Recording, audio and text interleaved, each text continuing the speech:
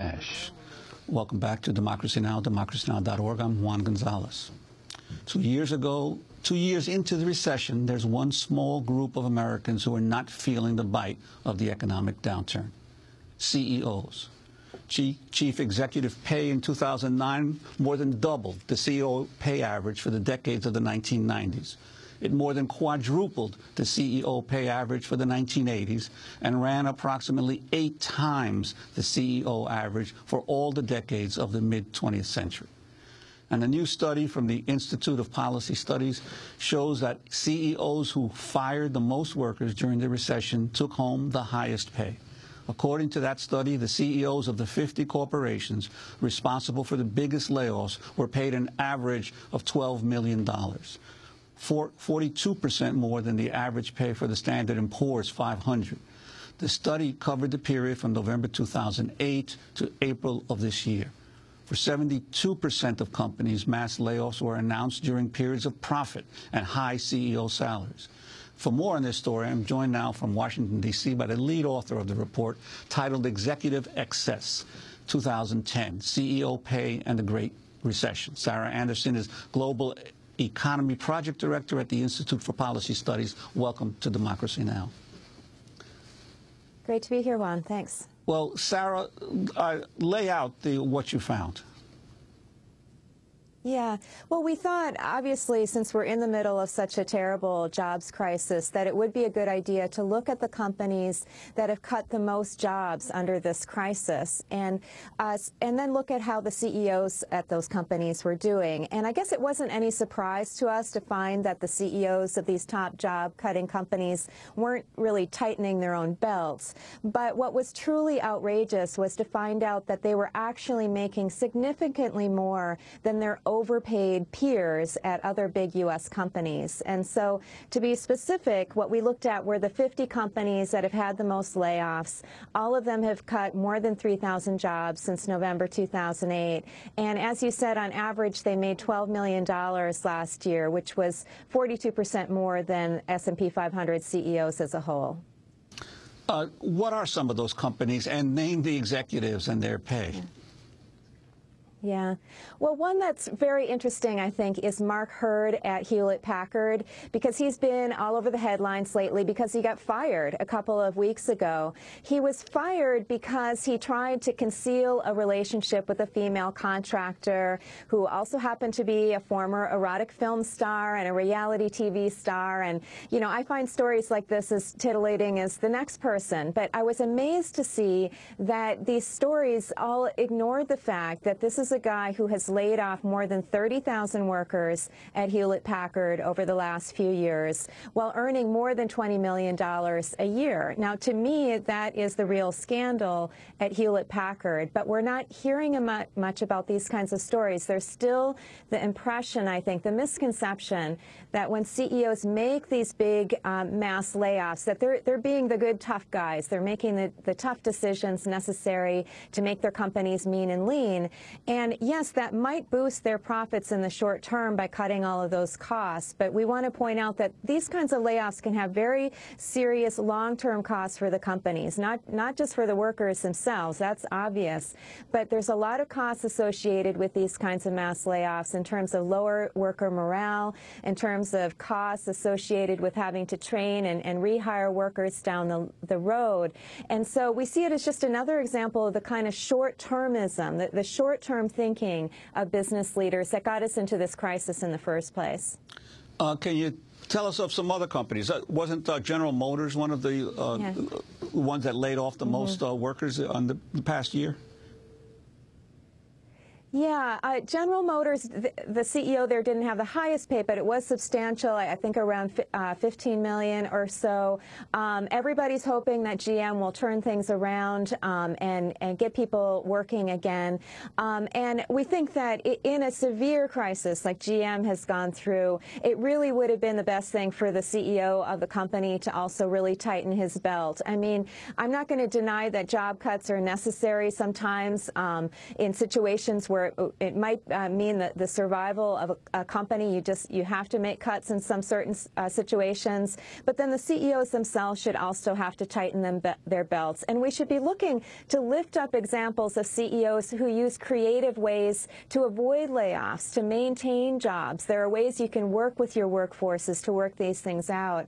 And we're not seeing recognition going to those kinds of CEOs. We're seeing the recognition going to the ones that are making the big job cuts. And are there any in particular that you think should be noted for keeping their salaries down and keeping layoffs down?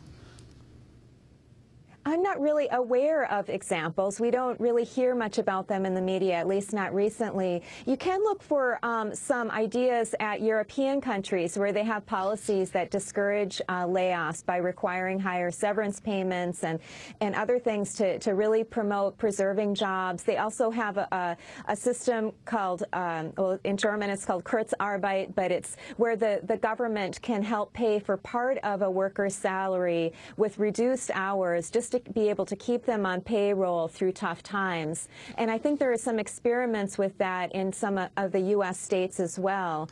Overall, the European countries have tried to avoid the kind of real devastating effects that we've seen in the U.S. And, of course, have stronger social protection and unemployment insurance programs there as well. So we can learn from other countries. In Europe also, in about a dozen countries, they require big companies to have representatives of workers on their boards. We think that could really help with the executive pay problems as well. Okay, well, Sarah Anderson, we'll have to leave it there. The Global Economy Project Director at the Institute for Policy Studies. She's the lead author of the new Executive Excess Report. It's been a month since torrential rains triggered the worst floods in Pakistan's recent history. Nearly 20 million people are homeless or hungry, with 1 million people displaced in the past week alone. The official death toll is at 1,760, but is expected to rise as survivors are threatened by diseases. Thousands remain trapped by floodwaters in the hardest-hit southern province of Sindh, while there are reports of others going without food or water for days. In southern Pakistan, hundreds of hungry families from a relief camp in the city of Thatta blocked the highway for 3 hours Wednesday, demanding the government provide more food and shelter. The United Nations says relief and humanitarian efforts need to take place on an unprecedented scale, given the vast number of people affected. Well, freelance journalist Medea Tahir filed this report for Democracy Now! From the Razakabad relief camp in Karachi, Pakistan. This is a common sight at this refugee camp on the outskirts of Pakistan's teeming port city, Karachi. Almost 8,000 people live at this camp alone, all displaced by the heavy flooding that has put a quarter of Pakistan underwater. Many of them fled their villages and homes with little more than the clothes they were wearing. When private donors drive through this camp dispatching clothes, money, or food, the refugees mob their cars. Sometimes the competition can turn violent. There was a van that came here 3 or 4 days ago into the camp. They smashed its windows. The Razakabad camp is one of 28 camps that have been set up around Karachi to handle the tide of incoming refugees. By rough estimates, there are already 4.5 million internally displaced people, or IDPs, from the flooding in Pakistan. Many of the refugees are complaining of government mismanagement. Abdul Ghani has been at this camp for 12 days with his wife and children. He shows me what he received to wear from the camp organizers. It's a short skirt. I got these from the camp administrators, from the people in charge. They keep all the good stuff, while this is my fate. His neighbor across from him has been more lucky. His name is Gul Hassan. Private donors directly give us blankets and even new clothes. The camp administrators are keeping all the stuff they've been given to distribute. All we are saying is that those things are for us. We should get them. Complaints of inefficiency and corruption are not limited to the IDPs. International donors have also been reluctant to donate to the Pakistani government for the same reason. Adding to that image is the federal government itself. It's been repeatedly caught setting up fake medical and relief camps for photo ops. But the situation on the ground with the local government, which is most directly addressing the IDP crisis, is more complicated. Sayyida Shaila Raza, who is an elected local official, and Deputy Speaker of the Sindh Provincial Assembly, explains. This is a natural disaster. It exceeded all our expectations, so we won't be able to provide relief to everyone. I met Minister Raza at her home in Karachi, where volunteers were busy working in her living room, organizing donations brought by private donors. All the clothes and many other items for the IDPs are provided by private donors. A wealthy financier has taken charge of the meals at the Razakabad camp. The government appears to have limited itself to providing tents, water tankers and health facilities. But Minister Raza says her team has been working hard to register the IDPs, organize medical teams and even to start a school. She dismisses charges of corruption and says the media is exaggerating the government's inefficiency. Yes, we must be making some mistakes along the way. We could improve our system, but our intentions are good. Yes, it looks good on camera when the media comes and throws donation packages at IDPs, and that creates chaos and looting, and someone gets injured, and then the media gets to say, look at the conditions in the camps. I'm sure it does wonders for the media's ratings. In fact, a television channel was shooting when I went to the camp. They were filming camp residents running to grab food packages that the production team itself was throwing at them. Dr. Syed Jafar Ahmed is director of the Pakistan Study Center at Karachi University. He says that the Pakistani state hasn't entirely collapsed, but he also says it doesn't have the capacity to deal with the floods because it has been weakened by decades of bad policies, including those coming from Washington.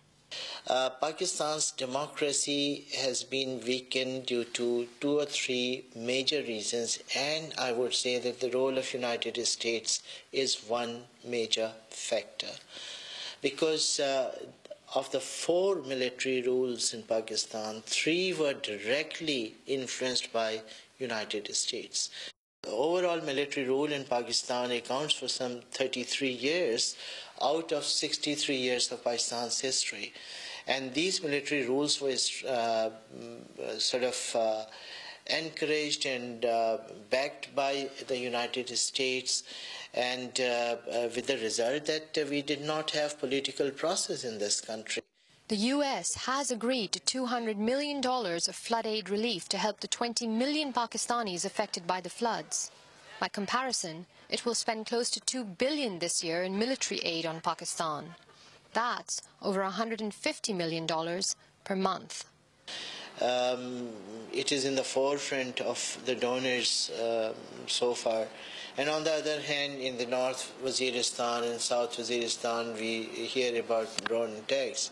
Even as Pakistan struggled to cope with the floods, U.S. drones killed 13 people on August 14th, Pakistan's Independence Day.